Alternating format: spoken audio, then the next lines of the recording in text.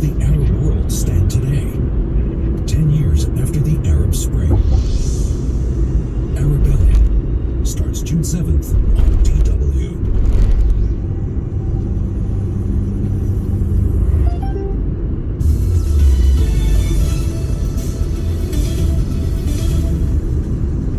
This is DW News, and these are our top stories.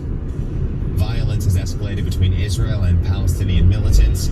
Israeli airstrikes in Gaza have killed at least 35 Palestinians and damaged buildings. Hamas has fired hundreds of rockets at targets in Israel, including the city of Tel Aviv. At least 5 people in Israel have been killed. The United Nations Security Council is set to hold an urgent meeting on Wednesday over the unrest. A man accused of killing 8 people in the U.S. city of Atlanta has been indicted on murder charges. The 22-year-old faces the death penalty if convicted. He's accused of going on a shooting spree in 3 massage parlors in March this year. 6 of the victims were Asian women. The European Union's Foreign Affairs representative says North Macedonia meets the conditions to start talks to join the EU. Joseph Borrell spoke after meeting North Macedonia's Prime Minister Zoran Zaev in Brussels. Borrell praised his efforts to align the country's foreign and security policies with EU member states. This is DW News from Berlin. You can get all the latest from our website, dw.com.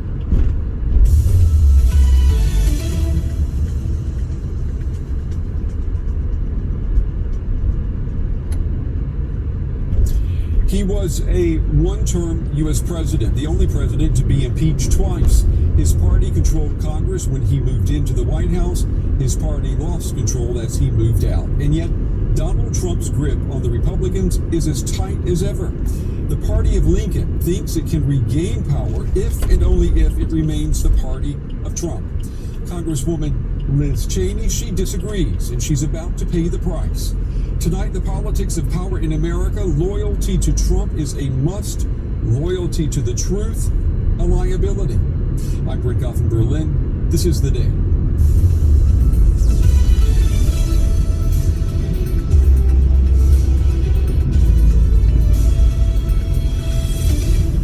The Republican Party is moving away from the, true Republican ideals. How can you build a party based on lies? This election was the big lie, and Liz Cheney is a liar.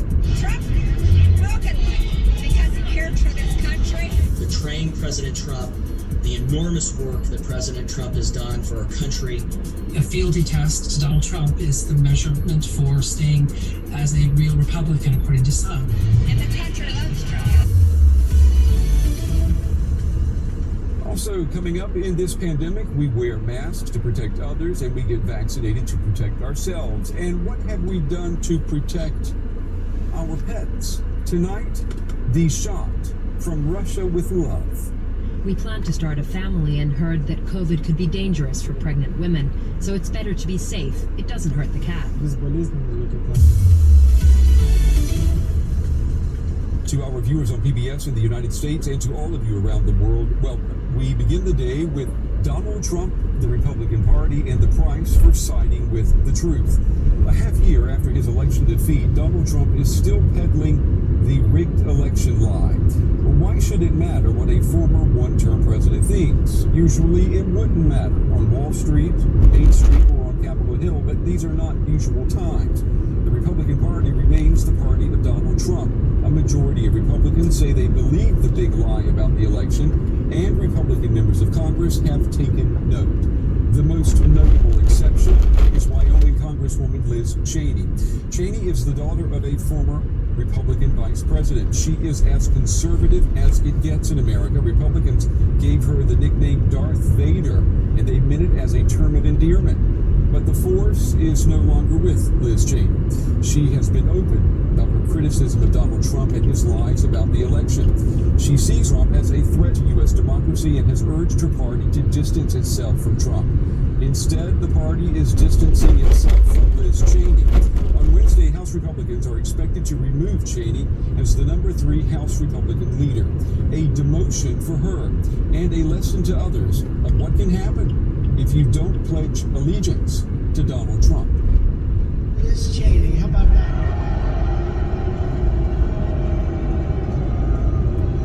The good news is in her state, she's been centered, and in her state, her poll numbers have dropped faster than any human being I've ever seen. So hopefully they'll get rid of her with the next election. It seems as though the Republican Party is trying to identify what it stands for.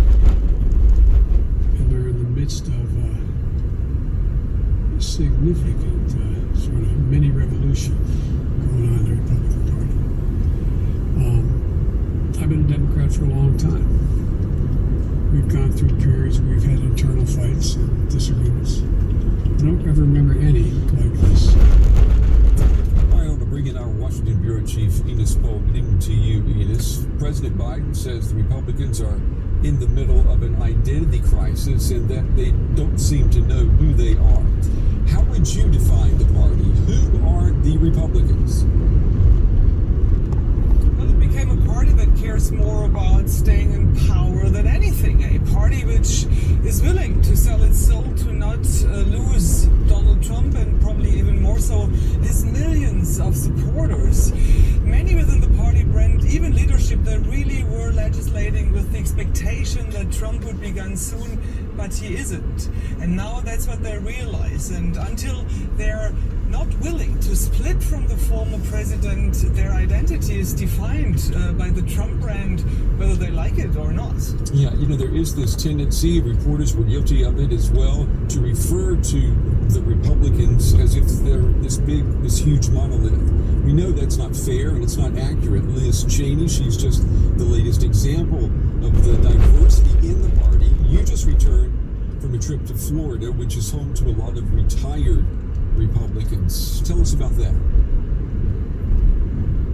So the party leadership, as you just mentioned, said that they are a Big Tent party, but you are only welcome under this big tent if you are not outspoken against Trump. And that's exactly what Liz Cheney did. She thinks that truth matters more than Trump. I went to the villages. This is one of the biggest, actually, retirement communities close in Orlando. I went there to see the reactions to Matt Gaetz. He's one of Trump's favorites, congressman, and if anything, it became really crystal clear to me that diehard Trump supporters are still around and are very unlikely to disappear soon. Let's have a look. It's in places like this, here in the villages in Florida, where the future of the Republican Party will be decided. All the people who have come this afternoon have one thing in common. They are convinced that Donald Trump won the election. Trump broken one because he cared for this country. He got cheated, and the country loves Trump. Congressman Matt Gaetz and Congresswoman Major Taylor Greene started their rally America First at a time when the battle for the party's identity is in full swing. So today, we send a strong message to the weak establishment in both parties. America First isn't going away. We're going on tour. Representative Liz Cheney is being punished for saying that truth matters more than loyalty to Donald Trump. President Trump and the extent to which following January 6th, I don't believe that he should be playing a role in the future of the party. Outside of the venue where Gaetz and Greene are rallying, a small group of Republicans have gathered to express their vision of the future of the party. I believe that the Republican Party is moving away from the, true Republican ideals, embracing extremism, and nobody's listening to anybody else, and they're just yelling and talking about hiding under a cloak of patriotism. The only people who can stop the Trump train are the Republicans themselves. At this point, doesn't seem very likely. Yeah, the Trump train keeps on going, Enos, headed for the midterm elections in the U.S. next year, 2022. History shows that Republicans usually do well in midterms when there's a Democrat in the White House. So shouldn't the Republicans, shouldn't they be less focused on themselves and more focused on the issues now? Well, in an ideal world, that would face brand, but here in Washington right now, power is the name of the game, and they are using the opportunity to slow down and attack the Biden administration, whether it is the situation at the border to Mexico or the approach to foreign policy. And that's absolutely not good for the country, but that's what matters for them. They want to regain power in November 2022, and this will be very, very difficult for Joe Biden if this happens. Yeah, if the Republicans win back control of the House or the Senate next year, they will see victory as a confirmation of their allegiance to Donald Trump, and that would definitely be a short-term gain. What do Republican voters, what do they see the long-term for their party? All right, it would be a big win for Trump and his political brand, no doubt with that, but it would be devastating for all the plans the Biden administration has. You know, let's think about the $1 trillion infrastructural plan, for example, or the family plan, or his Green New Deals. These are all ideas, all political plans that need time to be accomplished. And if he would lose both chamber in November 2022, that would be far, far too little time for him to accomplish what he wants to accomplish with his administration. Our Washington Bureau Chief Enos Pohl, the story for us tonight. Enos, as always, thank you.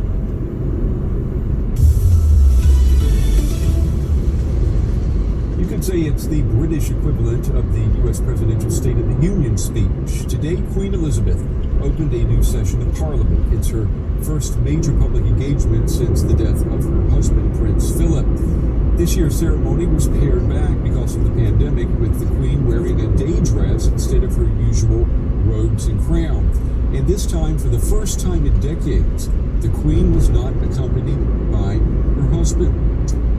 What remains unchanged? The speech delivered by the Queen was written by the Prime Minister. We'll go to the UK for analysis in just a moment. Let's listen to an excerpt of the Queen's address. My government will strengthen and renew democracy and the Constitution.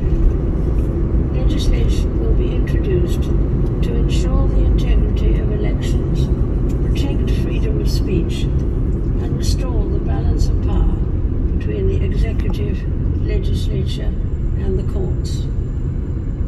All right, I want to bring in Quentin Peel. He's an associate fellow with the Europe program at the think tank Chatham House. He's a familiar face to our viewers. Good evening to you, Quentin. Strengthening democracy, the introduction of photo IDs for voters at elections. Is Britain's democracy, is it under threat through voter fraud?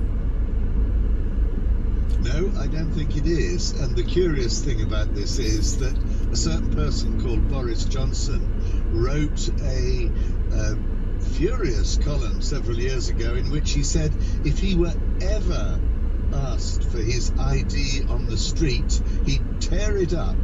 And he opposed the whole idea very much when he wasn't Prime Minister. Now he seems to be bringing it in because of some rather mythical idea that there is rampant fraud in the ballot box. I'm not sure where it's coming from. Maybe he's spending some time in Washington, D.C. Boris Johnson has given himself the opportunity to scrap fixed terms for Parliament. How do you read that? Well, I think what this Queen's speech is really all about is Boris Johnson preparing to call an election rather sooner than he might have expected. So the last election, 2019, the next one should be 5 years after that. But he can call one sooner if he changes the law. And I think he's feeling rather pleased at the way the elections went last week, certainly in England, where he actually managed to gain quite a lot of votes in the heartland of the Labour Party up in the north of England. Let's take a listen to another section of the Queen's speech from today. Take a listen. My ministers will promote the strength and integrity of the Union. Measures will be brought forward to strengthen devolved government in Northern Ireland and address the legacy of the past. The Queen there, of course, she's touching on this idea of national unity, high on the agenda after a strong showing by Scottish nationalists in last week's elections. Yes, indeed, and I don't think there's very much substance there as to what they intend to do. The key issue clearly in Scotland is, will they demand another referendum on Scottish independence? And there's nothing really in this legislation or anywhere else that would head that off. So what I think Boris Johnson is putting his real hope in is what he calls levelling up. That's to say, spending more money on things like infrastructure, on things like job training in the economically more depressed parts of the country, which might include Scotland and certainly include the north of England. And if that's the case, if he really does put serious money into that, then in fact he could be looking for another term in office before expected. There was a lot about overseas trade and Britain carving out a leading place in the world, global Britain. Is this about more than just sending gunboats across the channel to France?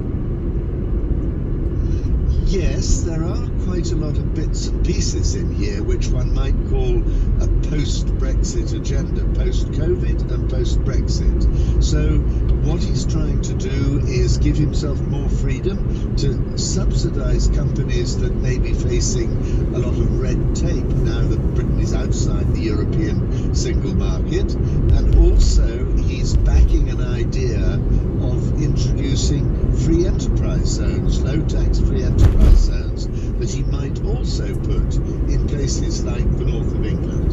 And that's another way he might try and use the post-Brexit situation to spend a bit more money in parts of the country which haven't been doing so well. And Quentin, today was the first time that we'd seen the Queen since the funeral of Prince Philip, and many will remember that image of her sitting there all alone, the sadness of that moment almost palpable. And today was the Queen's first appearance since the death of her husband. What did you make of her? I think she's amazing, actually. She's 95 years old. She handled it all with great grace and aplomb and calmness. It was a bit of a ragbag of a speech that she had to give, but it was quite short. And she got through it with flying colours, really. I'm not sure that she really could come away from it saying, I understand what my government is trying to do. The Financial Times described it as full of ideas, but not much intellectual coherence. Yeah, well, as you said, she is a woman, believe it or not. Quentin Gill, Associate Fellow with the Europe Program at Chatham House. As always, Quentin, it's good talking with you. We appreciate your insights tonight. Thank you. Thank you very much. Scientists believe that COVID-19 most likely originated in a wild animal. Now some have turned their concerns to our pets. Our furry friends could become carriers of the disease and even develop potential viral mutations that are dangerous to humans. Researchers in Finland and the United States are working on a coronavirus vaccine for animals, but Russia, it appears, is quicker. It's just released the first coronavirus vaccine to be used on our pets. This cat is a pioneer, albeit an unwilling one. Kesha the cat is one of the first recipients of the first ever COVID-19 vaccine for animals.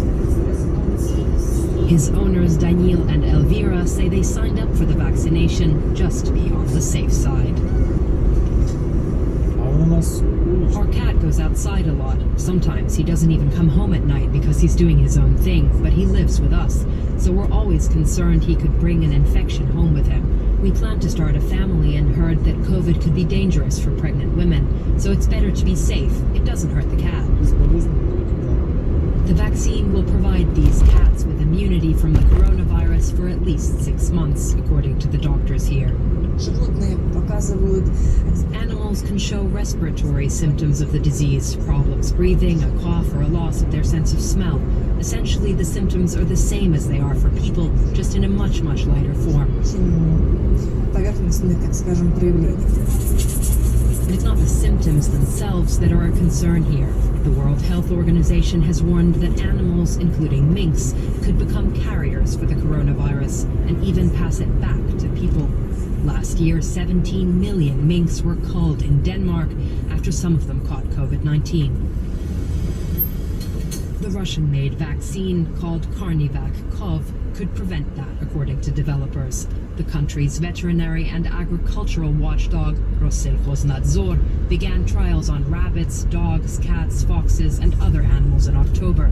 Now they say the jab is ready for mass production. The vaccine was developed as a preventative measure, something aimed at the future, in case there are negative situations like the development of a mutation that can be passed between different types of animals. We shouldn't forget that any measures for disease prevention for animals prevent people getting sick as well, because around 70% of human diseases come from animals. The vaccine's developers say there has already been demand for the jab from businesses in several European countries, including in Germany. Rossellkostnadzor recommends the vaccine for animals kept in close contact, including at fur farms and zoos. They say that for now, pets like these cats are very unlikely to become a risk to their owners.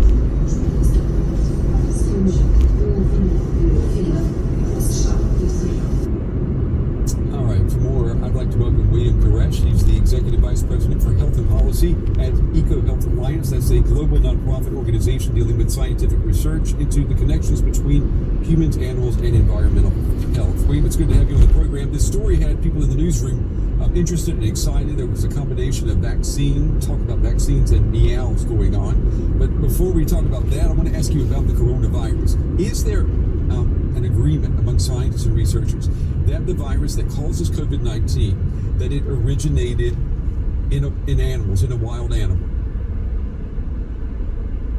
Well, it's most likely as all the closest cousins of the coronavirus have been found in bats. There's quite a few of them, really hundreds of related coronaviruses, and a large group really related to COVID-19 that's found normally in bats. So whether or not that happened in the last year or that was several years ago when it became established in humans, or maybe it got into some other type of animal and then into humans, all the evidence points to that. If a vaccine has been produced for animals, I mean, that implies two things, that the virus could be a threat to them. It also implies that maybe that our pets could be a potential threat to our health. Are they when it comes to this virus?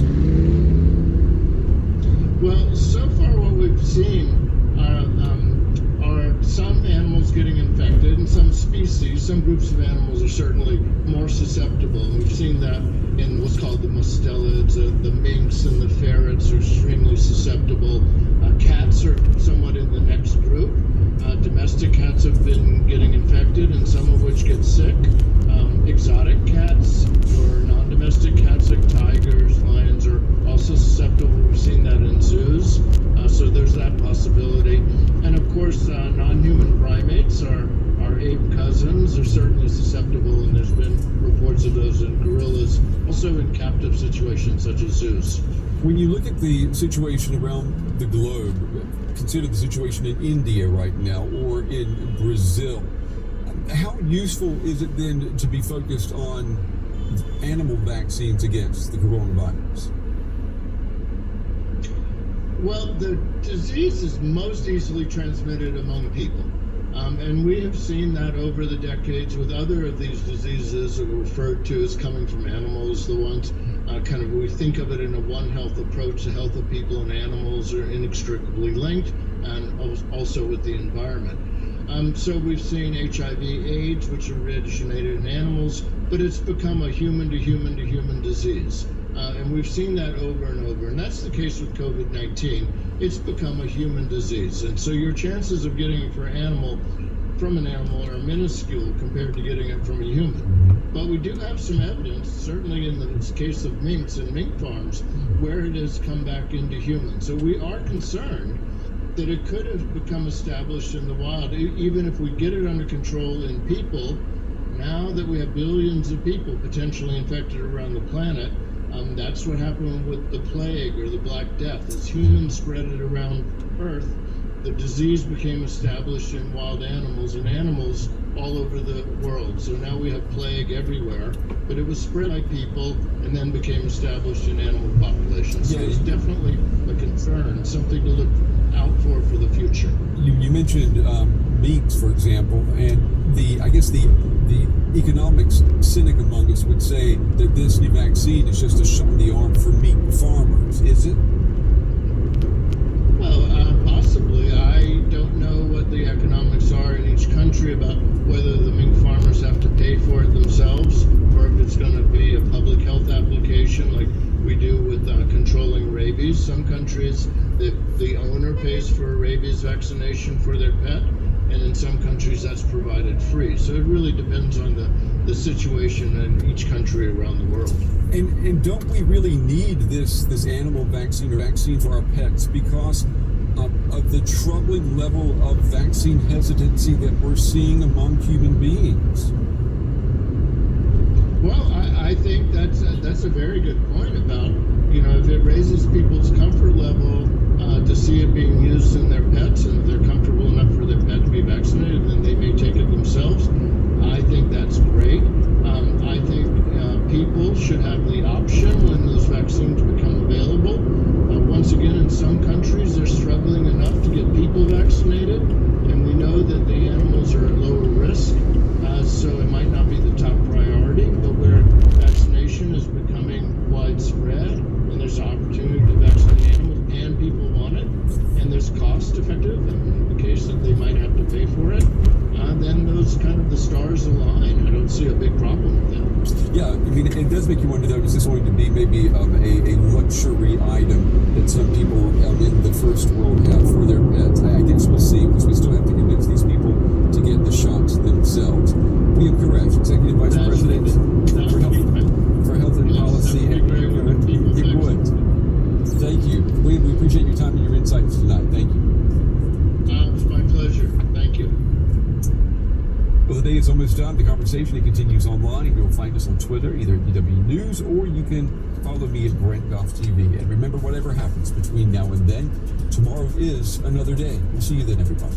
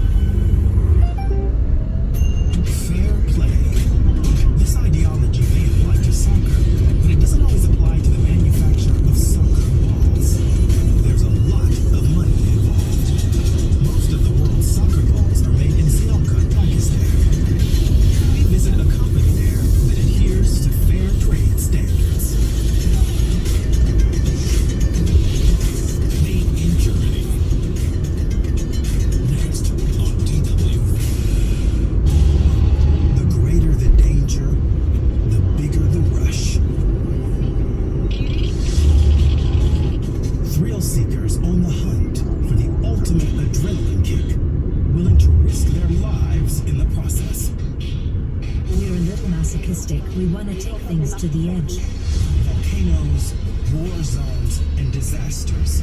Extreme tourism. In 45 minutes on DW.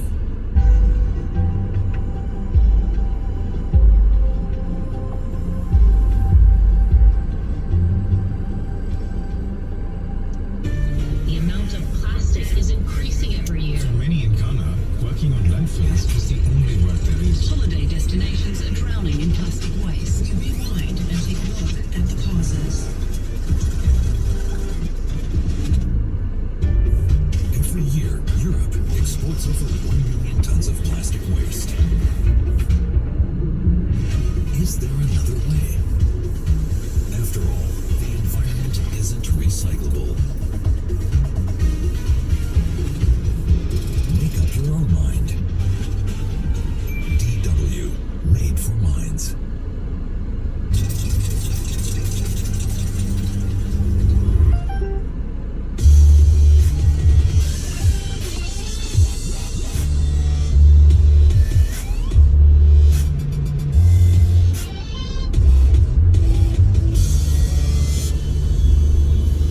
If you've gone for a drive, cycle or walk around parts of Germany anytime lately, you may have come across huge advertising billboards asking the question if we can stop global warming or create a fairer world.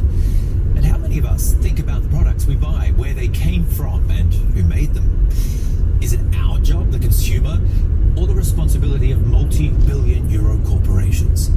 Shareholder pressure is starting to make boardrooms more accountable, and TV commercials targeting shoppers are clear. The trend, here in Europe at least, is towards green and fair.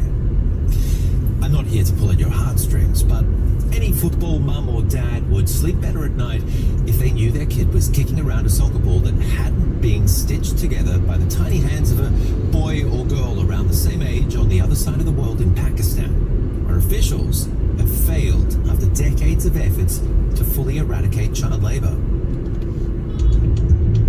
Soccer is a global sport, whether it's children or adults playing for fun, or the pros, like in the German Bundesliga. It's a global business worth billions. But what of the soccer balls? Where do they come from? Most of them come from Sialkot in Pakistan. For decades, the city has been the world's largest producer of soccer balls. Thousands of local people work in the industry. In the past, all the balls were sewn by hand. But times have changed, at least at this company, Bola Gema. It produces 160,000 soccer balls a year, many in automated production. The industry used to be notorious. Many workers took the balls home with them, where family members, including children, stitched them by hand. We produce everything in-house only, and we only allow people who are 18 or over to work in our factory. Our focus is on producing high-quality balls. To achieve that, we have to provide more benefits and good wages to our workers. In 2015, Bola Gema was certified as a fair trade company, indicating that it meets international standards for working conditions. A fair trade company has to have fixed labor contracts with all its employees, with agreed working hours, better working conditions, rights to representation within the company. Workers are entitled to sick pay and maternity leave. These are all conditions that the whole company has to adhere to. At Derby Star, the supplier for the German Bundesliga, all the soccer balls are made in Pakistan. At peak times, the headquarters in Germany sends out nearly 100,000 balls a month. The management here is satisfied that its partner company in Pakistan does not use child labor. We can keep a check on that by ensuring that no soccer balls are produced in private homes. Nearly 20 years ago, we opened our own sewing centers where we're able to monitor the process. But has the industry really changed? Even now, only a fraction of soccer balls are produced under certified fair trade conditions. The mayor of Sialkot assures us that working conditions have improved. He says there was a lot of international pressure. Here in Sialkot, we have a level of compliance with workers' standards and protection of workers' rights that can't be found anywhere else in Pakistan. Our customers pay for Social Security and pension benefits for our employees, which we pass on in full. These things didn't exist before. And as we have complied with employee protection standards, the pricing has become more competitive. But the head of Derby Star in Germany says soccer balls with fair trade certification are still the exception and are 5 to 10% more expensive. The Bundesliga soccer ball isn't a fair trade product either. The percentage of fair trade balls is negligible. They only make up about 4 to 5% of overall sales. It's partly because the fair trade seal isn't as high profile in the industry or amongst the clubs as we would all like it to be. Back to Pakistan and Bola Gema. The company says it wants to become a role model for the entire industry. But managers here say customers aren't always willing to play ball and shell out more for their product. Other than European Union or Apart from the European Union and the Scandinavian countries, buyers from other regions don't value the fair trade seal because they don't like the higher price. But we want to continue to be a role model for fair trade, not only to provide additional benefits for our workers, but also so that our workers put more effort into the fair trade products because they know these provide them with extra benefits and premiums. Premiums मिल रहे हैं, extra benefits मिल रहे हैं. Despite the lack of industry-wide standards, it's clear that working conditions in soccer ball production have improved here over the last decade. But worker benefits cost money, and there's now a very real risk that parts of the production could be transferred to lower-wage countries like China or Myanmar, where working conditions may not be fair or even monitored. And just because it's fair trade isn't a 100% guarantee, their inspectors can't be everywhere all the time. Now to something that is free. It shines from time to time here in Germany, and the nation's been ranked among the world's top installers of solar panels for several years now. But the stats aren't all that impressive when you take a look at solar power's chunk of the overall energy mix. The same goes for most other countries. Time to crunch the numbers with DW's Mada. It's astonishing, but clean energy from the sun, solar energy, has become the cheapest way to generate electricity. It's even cheaper than coal.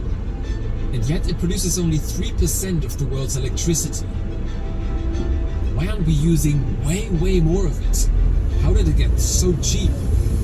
And what does all this have to do with ducks? Let's find out.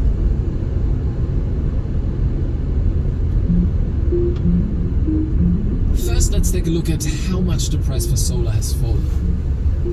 I started this job as an analyst of solar in 2005, and then I thought solar was ridiculously expensive. Jenny Chase is the head solar analyst at research firm Bloomberg NEF. You pay about $4 a watt for a solar panel, and today you pay about 20 cents for that same watt. And that is just the last 15 years. If you look further back, the price drop is even more impressive. How did this happen? It's been a long story, but it's unbelievable. Gregory Nemeth has written a book about this. No one country did it.